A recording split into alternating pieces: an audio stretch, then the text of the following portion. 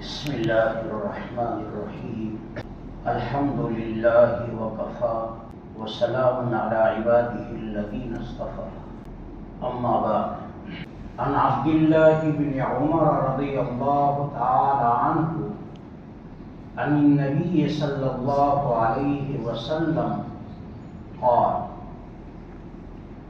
ان المسلم اذا كان يخالط الناس ويصبر على آذاهم خير من المسلم الذي لا يخالط الناس ولا يصبر على آذاهم رواه الترمذی۔ محترم بزرگوں اور عزیز نوجوانوں، پچھلے جمعہ کو بھی اسی حدیث پاک کے متعلق چند باتیں عرض کی تھی۔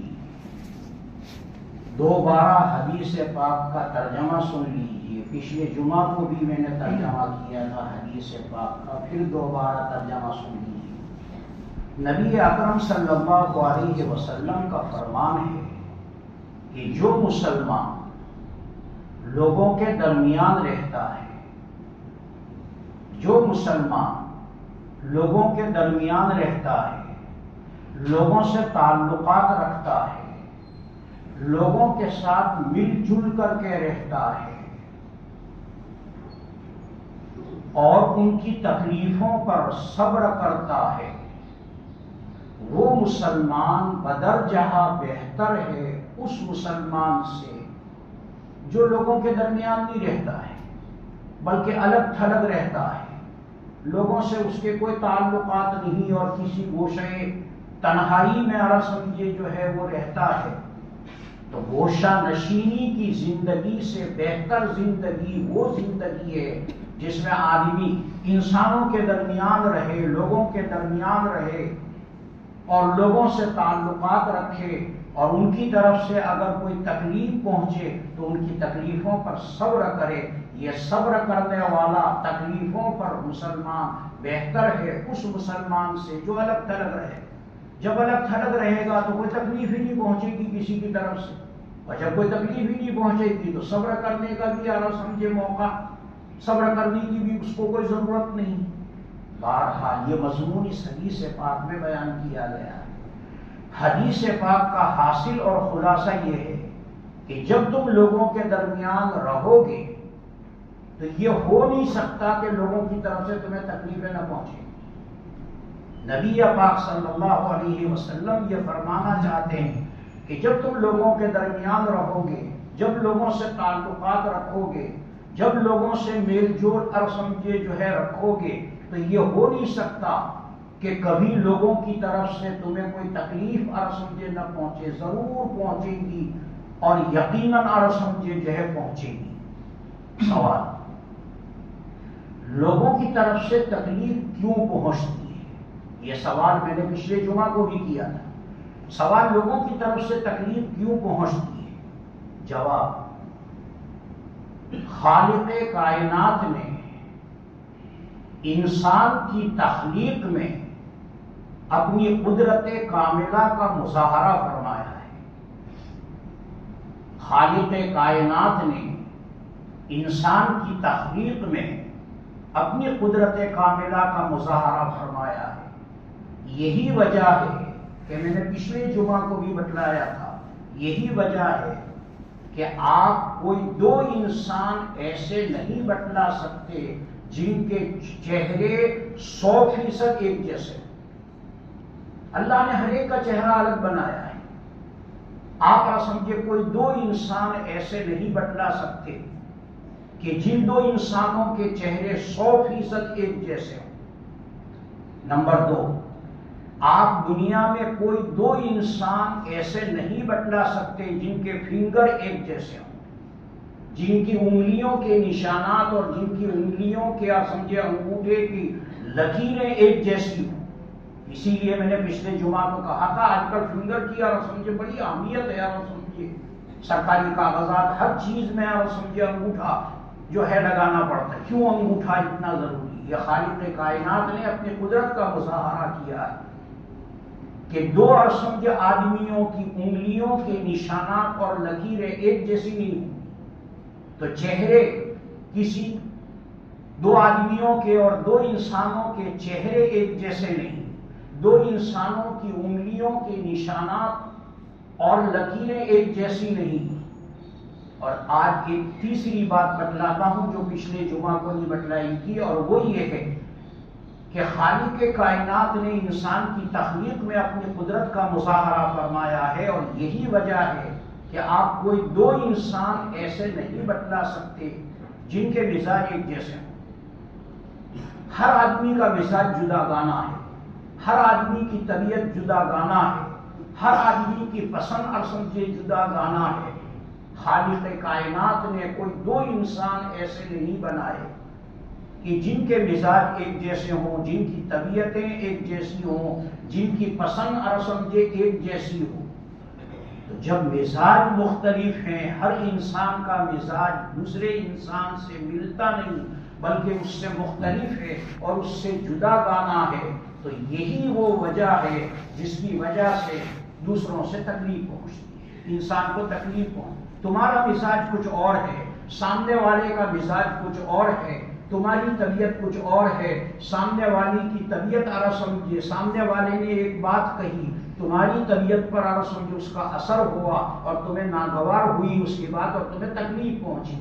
تو مزاجوں کے اختلاف کی وجہ سے، طبیعتوں کے اختلاف کی وجہ سے ایک دوسرے کو تکلیفیں پہنچتی ہیں۔ اور سمجھے اگر سب کے مزاج ایک جیسے بنا دیتے اللہ تعالیٰ، اگر سب کے مزاج اور سب کی طبیعتیں ایک جیسی بنا دیتے تو کبھی کسی کو کسی کی طرف سے اور سمجھے کوئی تکلیف نہیں پہنچتی۔ لیکن اللہ تبارک و تعالیٰ نے جیسے سب کے چہرے الگ الگ بنائے ہیں، جیسے انگلیوں کے نشانات اللہ تبارک و تعالیٰ نے الگ الگ اور سمجھے بنائے ہیں، اسی طرح اللہ تبارک و تعالیٰ نے مزاج بھی الگ الگ بنائے ہیں، طبیعتیں بھی اللہ تبارک و تعالیٰ نے الگ الگ اور سمجھے بنائی ہیں۔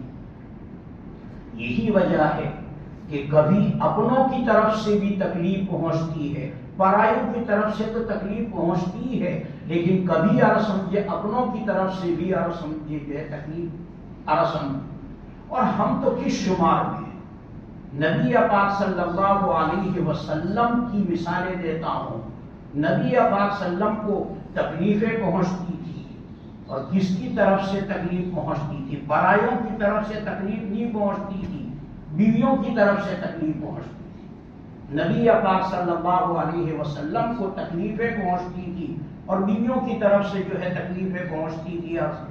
حالانکہ روئے زمین پر کوئی سمجھے ایسی بیوی آپ نہیں دکھا سکتے جو نبی پاک صلی اللہ علیہ وسلم کی بیویوں سے زیادہ اپنے شوہر کا خیال رکھنے والی ہوں اور اپنے شوہر کی وفادار ہوں۔ ازواج مطہرات نبی پاک صلی اللہ علیہ وسلم کی بیویاں جیسے نبی پاک صلی اللہ علیہ وسلم کی وفادار تھی اور آپ کا جتنا وہ خیال رکھتی تھی، دنیا کی کوئی سمجھے جو ہے عورت اپنے شوہر کا اتنا خیال سمجھے نہیں، پھر بھی نبی پاک صلی اللہ علیہ وسلم کو تکلیف پہنچتی تھی رسم۔ اور میں جو کہہ رہا ہوں قرآن میں واقعہ ہے، نبی پاک صلی اللہ علیہ وسلم کو ایک مرتبہ تکلیف پہنچی ازواج مطہرات کی طرف سے، اپنی بیویوں کی طرف سے، اور اس کا واقعہ اور سمجھے خود قرآن میں اللہ نے اور سمجھے بیان کیا ہے۔ کیا واقعہ ہے؟ واقعہ یہ پیش آیا تھا کہ آپ صلی اللہ علیہ وسلم کی 9 بیویاں تھیں، آپ صلی اللہ علیہ وسلم کی سب بیویوں نے اتفاق کیا اور اتفاق کر کے نبی پاک صلی اللہ علیہ وسلم سے مطالبہ کیا کہ اب ہمارا خرچہ بڑھایا جائے، جتنا خرچہ آپ دیتے ہیں اتنے میں ہمارا گزر بسر نہیں ہوتا ٹھیک سے، لہذا ہمارا خرچہ بڑھایا جائے۔ خرچہ سمجھ میں نہ آئے تو دوسرے الفاظ میں کہہ دو پگار بڑھایا جائے، تو پگار بڑھانے کا مطالبہ کیا کہ سمجھے ہمارا پگار بڑھایا جائے، ہمارا خرچہ سمجھے بڑھایا جائے، ہمارا نفقہ جو ہے سمجھے بڑھایا جائے۔ یہ سب بیویوں نے مل کر کے مطالبہ کیا، سب کی میٹنگ ہوئی تھی پہلے اور سب متفق ہو کر کے یہ سمجھے مطالبہ کیا۔ نبی پاک صلی اللہ علیہ وسلم کو یہ مطالبہ بیویوں کا سمجھے جو ہے پسند نہیں آیا اور آپ ناراض ہو گئے۔ اور اتنے ناراض ہوئے نبی پاک صلی اللہ علیہ وسلم اپنی بیویوں سے کہ آپ نے قسم کھا لی کہ میں 1 مہینے تک کسی بیوی کے پاس نہیں جاؤں. اور سب بیوی کو سزا دینی ہو تو یہ سب سے بڑی سزا ہے کہ یا رسول کے بیوی کے پاس نہ جاؤ، یہ سب سے بڑی سزا ہے یا رسول. تو نبی پاک صلی اللہ علیہ وسلم نے سزا نہ رسول جو ہے قسم کھا لی کہ میں اپنی بیویوں کے پاس رسول کے نہیں جاؤں گا 1 مہینے تک. چنانچہ 1 مہینہ نبی پاک صلی اللہ علیہ وسلم اپنی بیویوں سے الگ تھلگ رہے ہیں اور کسی بیوی کے پاس نہیں گئے ہیں. آپ یہ کہیں گے نبی پاک صلی اللہ علیہ وسلم کہاں رہتے تھے؟ نبی پاک صلی اللہ علیہ وسلم کے تو سبھی مکانوں میں ازواج مطہرات ہیں، بیویاں ہیں. حضرت عائشہ کا جو حجرہ تھا اور حضرت عائشہ کا جو مکان تھا وہ 2 منزلہ تھا. باقی تمام بیویوں کے مکانات 1 منزلہ تھے، لیکن حضرت عائشہ کا جو مکان تھا وہ 2 منزلہ تھا. تو اوپر والی جو منزل تھی وہ خالی تھی. نبی پاک صلی اللہ علیہ وسلم اوپر والی منزل میں رہے ہیں اور 1 مہینے تک رہے ہیں آپ صلی اللہ علیہ وسلم، اور بیویوں سے الگ تھلگ سمجھے رہے. جب سمجھے جو ہے 29 تاریخ آئی تو حضرت جبرائیل آئے. جب 29 اتفاق سے آپ نے جس وقت قسم کھائی وہ قمری مہینے کی 1 تاریخ تھی. جیسے محرم کی 1 تاریخ ربیع الاول کی اتفاق سے وہ 1 تاریخ تھی اور 1 تاریخ کو آپ نے قسم کھا لی تھی. تو 29 تاریخ کو حضرت جبرائیل آئے اور حضرت جبرائیل نے آ کر کے بتلایا کہ آج چاند ہو جائے گا، چاہے رویت ہو چاہے نہ ہو، لوگوں کو نظر آوے نہ آوے. تو اوپر سے خبر آئی اور سمجھے حضرت جبرائیل خبر لے کر کے آئے کہ آج چاند ہو جائے گا. لہذا آپ مغرب کی نماز پڑھائیں اور مغرب کی نماز پڑھا کر کے اپنی سب بیویوں کے پاس جائیں. اور یہ قرآن کریم کی آیتیں جو میں لے کر کے آیا ہوں اس وقت، یہ آیتیں انہیں پڑھ کر کے سنائیں. اور سب قرآن نازل ہوا، آیتیں نازل ہوئی. یا ایھا النبی قل لازواجک ان کنتن تردن الحیاۃ الدنیا وزینتها فتعالین امتعکن واسرحکن سراحا جمیلا. پورا رکوع اور سمجھے نازل ہوا. 21واں پارہ ختم ہو رہا ہے اور 22واں پارہ شروع ہو رہا ہے اور 21ویں پارے کا یہ آخری رکوع ہے. یا ایھا النبی قل لازواجک، یہ سمجھے آیت کریمہ اور یہ تقریباً پورا رکوع اور سمجھے جو ہے نازل ہوا. ان آیتوں میں سمجھے جو ہے اللہ نے یہ فرمایا ہے کہ آپ اپنی بیویوں سے کہہ دیں کہ اگر تمہیں نبی کے ساتھ رہنا ہے تو روکھی سوکھی اور سمجھے چٹنی روٹی کھا کر کے زندگی گزارنی پڑے گی. حلوے مانڈے نہیں ملیں گے اور سمجھے جو ہے اگر نبی کے ساتھ رہنا ہے. یا ایھا النبی قل لازواجک، آپ اپنی بیویوں سے کہہ دیجیے ان کنتن تردن الحیاۃ الدنیا، اگر تم دنیا کے عیش کو چاہتے ہو تو آؤ میں تم کو طلاق دے دوں. اور طلاق دینے کے بعد سمجھے جس کے ساتھ تم سمجھے جو ہے شادی کرنا چاہو کر لو اور سمجھے عیش کرو، مزے کرو. میرے ساتھ اگر تمہیں رہنا ہے تو سمجھے روکھی سوکھی کھا کر کے سمجھے تنگی کے ساتھ گزر سمجھے بسر کرنا ہوگا. یہ آیتیں سمجھے جو ہے نازل ہوئی. سب سے پہلے نبی پاک صلی اللہ علیہ وسلم مغرب کی نماز پڑھا کر کے حضرت عائشہ کے پاس گئے. سب سے پہلے نبی پاک صلی اللہ علیہ وسلم، حضرت عائشہ نے جب دیکھا نبی پاک صلی اللہ علیہ وسلم تو حضرت عائشہ کی آنکھیں پھٹی کی پھٹی رہ گئی. حضرت عائشہ کہنے لگی اللہ کے رسول، آپ نے تو 1 مہینہ بیویوں سے الگ رہنے کی قسم کھائی تھی اور آج تو 29ویں تاریخ ہے، آج تو مہینہ پورا نہیں ہوا، 30 دن میں جا کر کے مہینہ پورا.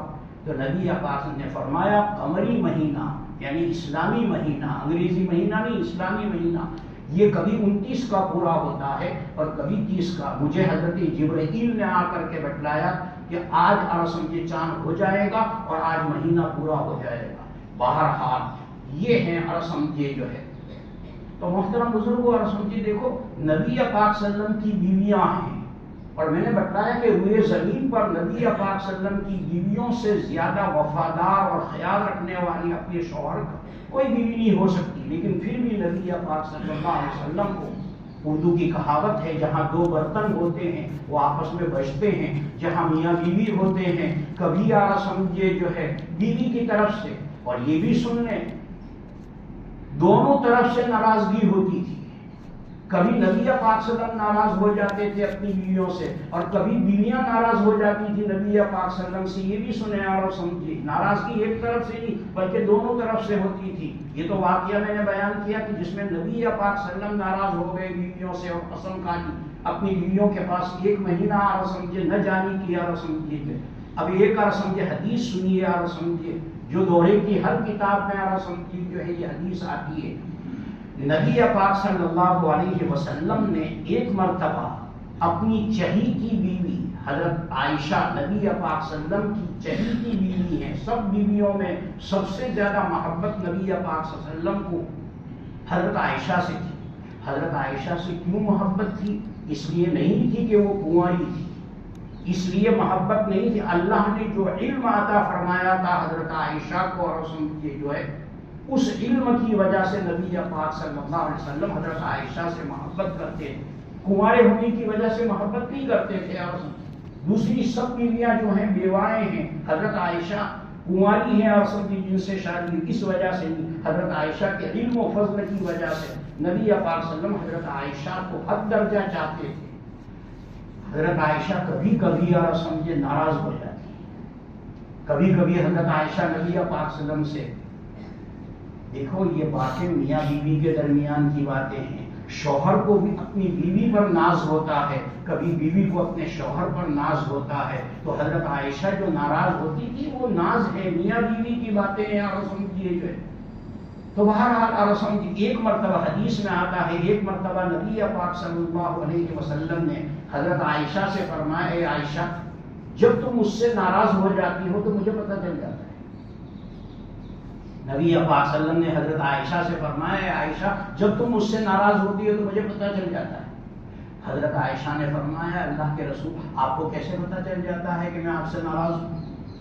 تو نبی پاک نے فرمایا جب تم مجھ سے ناراض ہوتی ہو اور تمہیں کسی بات پر قسم کھانی ہوتی ہے تو تم اور سمجھے جو ہے اس طرح قسم کھاتی ہو، وَرَبَّ ابراہیم، یوں قسم کھاتی ابراہیم کے پروردگار کی قسم. اور جب تم مجھ سے خوش ہوتی ہو تو اس طرح قسم کھاتی ہو، وَرَبَّ محمد صلی اللہ علیہ وسلم، محمد کے پروردگار کی قسم. میرے نام کو لے کر کے جب تم قسم کھاتی ہو وَرَبَّ محمد کے، تو میں سمجھ جاتا ہوں تو مجھ سے خوش ہو. اور جب حضرت ابراہیم کا نام لے کر کے قسم کھاتی ہو وَرَبَّ ابراہیم، تو میں سمجھ جاتا ہوں تو مجھ سے ناراض. حضرت عائشہ نے اور سمجھے فرمایا، اللہ کے رسول بالکل صحیح آپ نے بات فرمائی ہے رسول، لیکن ایک بات سنیں. حضرت عائشہ نے فرمایا میں فقط آپ کا نام چھوڑتی ہوں اور سمجھے لا احجر الا اسمک، فرمایا میں فقط آپ کا نام چھوڑتی ہوں، آپ کا نام نہیں لیتی ہوں، لیکن دل میں آپ کی محبت اور سمجھے ہوتی ہے. یہ حضرت عائشہ نے فرمایا. بہرحال میں یہ کہنا چاہتا ہوں اور میں یہ اور سمجھے اس حدیث کی روشنی میں بتلانا چاہتا ہوں کہ انسانوں کے مزاج مختلف ہیں، انسانوں کی طبیعتیں جداگانہ ہیں، اور جب آپ سمجھے مزاج مختلف ہیں، طبیعتیں مختلف ہیں، تو یہ ہو نہیں سکتا کہ دو انسان ایک ساتھ زندگی گزاریں اور ایک ساتھ رہیں اور ایک کو دوسرے سے تکلیف نہ پہنچے. یہ ہو نہیں سکتا، یقیناً پہنچے گی. اسی لیے حدیث میں فرمایا گیا کہ جو مسلمان لوگوں کے درمیان رہتا ہے اور لوگوں کی تکلیفوں پر صبر کرتا ہے وہ مسلمان اس مسلمان سے قدر جہاں بہتر ہے جو گوشہ نشینی کی زندگی گزارتا ہے اور لوگوں سے الگ تھلگ اور سمجھے رہتا ہے. اس سے وہ مسلمان بہتر ہے جو لوگوں کے درمیان رہ کر کے لوگوں کی تکلیفوں پر صبر کرے. اللہ تبارک و تعالی ہمیں بھی لوگوں کی کڑوی کسیلی چیزیں سننے اور سمجھے جو ہے صبر کی توفیق عطا فرمائے.